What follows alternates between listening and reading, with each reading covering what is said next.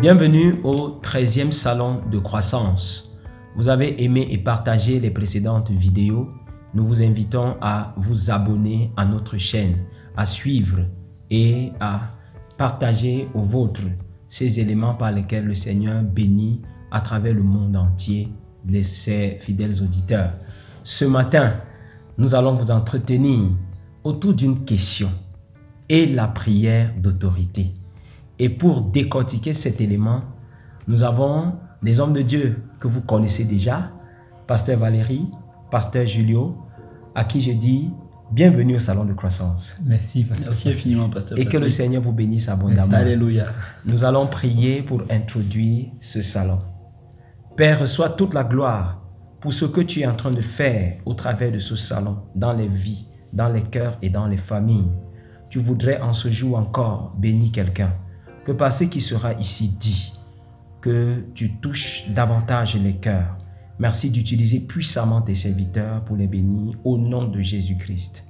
Amen. Amen. Confortablement assis dans ce salon, nous allons introduire par vous, Pasteur Valérie. Nous avons très souvent entendu les gens parler des prières d'autorité, des prières d'autorité. Qu'est-ce qu'on appelle véritablement prière d'autorité en milieu chrétien, Pasteur? Généralement, l'expression prière d'autorité en milieu chrétien, Pasteur Patrick, est employée pour parler des ordres qu'on adresse aux démons, pour leur demander de sortir pendant des séances de délivrance. C'est aussi utilisé quand des personnes sont en train de prier et qu'ils intonnent la voix. Finalement, quand les gens commencent à prier et qu'ils prient fort, ils parlent à haute voix, les gens disent qu'ils priaient avec autorité. Donc voilà, les deux images sont assez bonnes pour identifier ce que dans le milieu chrétien les gens appellent prière d'autorité. Si je vous ai bien compris, lorsque les gens prient avec de manière puissante, de manière forte, énergique, c'est donc à ce moment qu'il faut parler ou qu'on parle d'une prière d'autorité. En fait, c'est à ce moment que eux, oui, ils estiment qu'ils sont dans la prière d'autorité et que les autres, par ignorance ou par naïveté, estiment que c'est la prière d'autorité. Je vais revenir à vous, Pasteur Valérie. L'expression prière d'autorité, si je vous ai bien compris, ne cadre pas beaucoup avec la doctrine chrétienne. Justement, Pasteur Patrick, c'est pour ça que tout à l'heure j'ai dit par ignorance ou par naïveté. Parce que la prière elle-même, en revenant de manière dans la doctrine chrétienne, quand on parle de la prière chrétienne, il s'agit de s'adresser à Dieu au nom de Jésus-Christ en étant conduit par le Saint-Esprit. La prière, c'est un échange entre Dieu et nous. Or, si nous commençons à parler de prière d'autorité, on a une expression contradictoire. Parce que nos rapports avec Dieu sont des rapports de l'inférieur vers le supérieur. Et nous ne pouvons donc pas parler à Dieu avec autorité. Donc la prière d'autorité ne cadre pas. C'est dans un enfant qui parle avec force, autorité à son papa. Tout à fait. C'est vraiment qu'on imagine un enfant, votre enfant à la maison qui vous parle et on dit qu'il vous parle avec autorité. C'est comme si vous disiez son sujet. Puisque la prière, c'est communiquer avec Dieu, c'est communier avec Dieu, c'est échanger avec Dieu, comme vous l'avez dit. On ne peut donc pas échanger avec Dieu avec autorité. Tout à fait. C'est bien dit, Pasteur Valérie. Et je vais me tourner vers vous, homme de Dieu, Pasteur Julio. S'il ne faut donc pas parler de prière d'autorité, que convient-il de dire entre nous, chrétiens? Merci, Pasteur Patrick. Parler de prière d'autorité, Pasteur Valérie l'a bien dit, ça n'a pas de fondement scripturaire. Ce sont des doctrines qui sont nées des expériences humaines. Or, nous sommes appelés à enseigner la parole et non les expériences. Tout à fait. Nous croyons qu'il faut dire plutôt l'exercice de notre autorité. Donc, nous exerçons l'autorité. Le chrétien est appelé à exercer. Et dans l'exercice de l'autorité, on ne s'adresse pas à Dieu. On s'adresse à Satan, aux démons, aux situations et aux circonstances défavorables. Quand les choses ne marchent pas, nous nous adressons parce que Dieu nous a donné un mandat, un pouvoir. Maintenant, nous déployons ce pouvoir-là. Nous exerçons ce pouvoir. Donc, il faut parler plutôt de l'exercice de l'autorité. Ce n'est pas une prière. De la parole d'autorité. ou la parole d'autorité, Wow. qui n'est pas une prière. Wow. Je crois que nos téléspectateurs, nos spectateurs, ceux qui nous entendent, saisissent très bien la profondeur et même la pertinence de ce que vous, hommes de Dieu, vous voulez leur apporter ce matin. C'est-à-dire qu'il est quasi erroné pour eux de parler de prière d'autorité si on s'appuie sur la parole de Dieu. Et puis, vous avez parlé tout à l'heure de l'autorité ou de l'exercice de l'autorité. D'où vient aux chrétiens cette autorité, Pasteur Julio? Merci, Pasteur Patrick. Jésus, notre modèle, nous avons vu Jésus manifester l'autorité devant les démons. Jésus n'a jamais dit que, oh, mon Père, viens chasser un démon. On voit Jésus parler toujours en son propre chef. Je vous ordonne, partez. Devant la mer, il a dit silence, la mer s'est arrêtée. Devant les situations difficiles. Or, la prière d'autorité vient, le mot autorité. Quand on lit Luc 19, chapitre 19, chapitre 19, verset...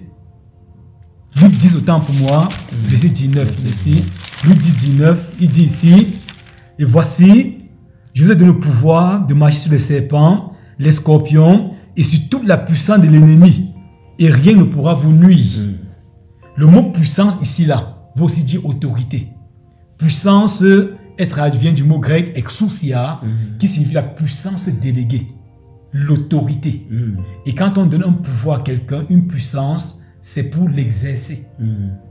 Donc, le mot autorité vient de ce que Dieu nous a donné le pouvoir sur les serpents, les scorpions et sur toute la puissance de l'ennemi. Donc, Satan, les démons, les situations défavorables que Satan produit, nous sommes appelés à exercer l'autorité sur ces situations. C'est-à-dire que devant ces situations, pasteur, vous n'appelez pas Dieu pour venir intervenir. Et puisqu'il vous a déjà délégué ses pouvoirs, alors vous... Je ne sais pas si... Vous exercez. Merci, Patrick, ça me rappelle un témoignage, un truc que j'ai vécu, ça fait quelque temps.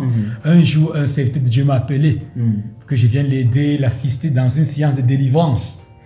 Dès que je suis arrivé, et la possédée était couchée, elle racontait des choses, et le serviteur de Dieu s'est mis à genoux. Oh Dieu, s'il te plaît, pardon, fais quelque chose, Seigneur. S'il te plaît, Dieu, aie pitié de ta fille, aie pitié de ta servante. Seigneur, pardon, aie pitié d'elle. Ça m'a fait rire. Il peut faire comme pendant des années, Dieu ne fera rien. Parce que Dieu nous a donné le mandat. Il a dit, allez chasser les démons. Donc devant les démons, nous sommes appelés, pas appeler Dieu, pas demander à Dieu de venir faire quelque chose. Mais en vertu des pouvoirs qu'il nous a conférés, nous sommes appelés à nous adresser à ce démon, à cette situation difficile, comme c'était Jésus lui-même. Il doit faire comme Jésus a fait. Et je vais encore prendre un exemple, Pasteur Patrick. Regardez un peu. Vous voyez les commissaires de police, parfois ils ont des émissaires. Imaginez que vous soyez un commissaire de police, vous envoyez vos émissaires en route et devant la moindre infraction, ils vous appellent. Il vous appelle. Ils vous appellent comme pardon, monsieur le commissaire, venez. Le commissaire, c'est quelqu'un qui n'a pas été formé. En fait, sur le terrain, il agit en lieu et place du commissaire. Donc, dans les actes de l'autorité, nous agissons comme c'était Jésus lui-même. Nous parlons aux démons.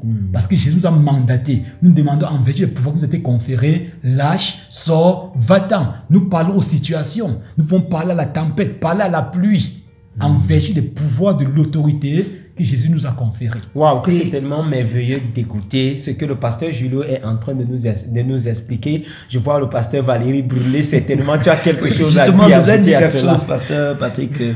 Notre autorité ne saurait être contestée. Parce que quand le Seigneur Jésus est ressuscité, nous sommes dans Matthieu 28, verset 18 à 20, il a déclaré tout pouvoir m'ont été donnés dans les cieux et sur la terre. Et il a dit, allez, faites de toutes les nations des disciples. En d'autres termes, quand Jésus est venu sur la terre, il nous a montré comment est-ce que nous devons traiter les circonstances. Tout à fait. Et une fois qu'il est mort et ressuscité, il a vaincu le pouvoir de la mort. Il a récupéré l'autorité que Satan avait sur les hommes. Et nous l'a délégué en nous envoyant. Par conséquent, quand un enfant de Dieu, un chrétien, parle à un démon, ce n'est pas sa voix d'homme qui effraie le démon. C'est l'autorité que nous avons reçue de Jésus qui permet au démon de reculer au moment où nous sommes en train de lui parler avec autorité. Surtout que pasteur Valérie, devant certaines circonstances, vous avez vu des personnes qui ont vociféré longtemps, qui ont tonné longtemps au point où la voix est écrasée, mais le démon reste solide dans ses positions. Ah oui, justement, l'exercice de l'autorité ne dépend pas du volume de la voix. Quand on regarde l'épisode d'Élie avec les prêtres de Baal, les prophètes de Baal sur la montagne, Élie était calme. Eux, ils ont vociféré toute la journée et rien ne s'est passé. notre autorité ne réside pas dans le volume de notre voix. On peut être calme, sort. L'essentiel, c'est la conscience de qui nous sommes. Et la foi quand nous sommes en train de parler. Et puis un peu dans l'église, quand vous assistez à une séance de délivrance, vous savez pas qui est possédé. Les ministres transpirants et parlant. Et parfois sont épuisés. Après une délivrance, il faut faire une semaine de maladie parce qu'on est fatigué. En fait, c'est pas ça. Et homme de Dieu, quand vous parlez, ça me rappelle encore, vous avez cité tout à l'heure l'exemple des prophètes de Baal. On a l'impression aujourd'hui qu'on est en face des chrétiens qui se comportent comme les prophètes de Baal, qui crient, qui se mortifient, qui gémissent, mais les situations ne bougent pas, malheureusement. Je pense que d'expérience, Pasteur Patrick, nous avons eu ensemble plusieurs situations. Les moments où les délivrances ont été les plus faciles, c'est quand le ministre est ferme et conscient de qui il est. Généralement, quand face à un cas de possession, vous commencez à multiplier plusieurs phrases, vous vous répétez, vous criez, vous transpirez. Généralement, l'esprit en face, c'est que vous ne savez pas qui vous êtes. Et ça lui donne vraiment du temps pour pouvoir vous résister et vous perdre davantage du temps. C'est même ça la raison de l'inefficacité de beaucoup de ministres et des églises en ce qui concerne la délivrance des captifs. Et puisque nous parlons d'autorité, je vais revenir au pasteur Julio tout à l'heure, puisque nous parlons d'autorité, le pasteur Julio dans son intervention a parlé des circonstances. C'est vrai qu'il n'est pas allé dans les détails. J'aimerais que nous allions effectivement dans ces détails.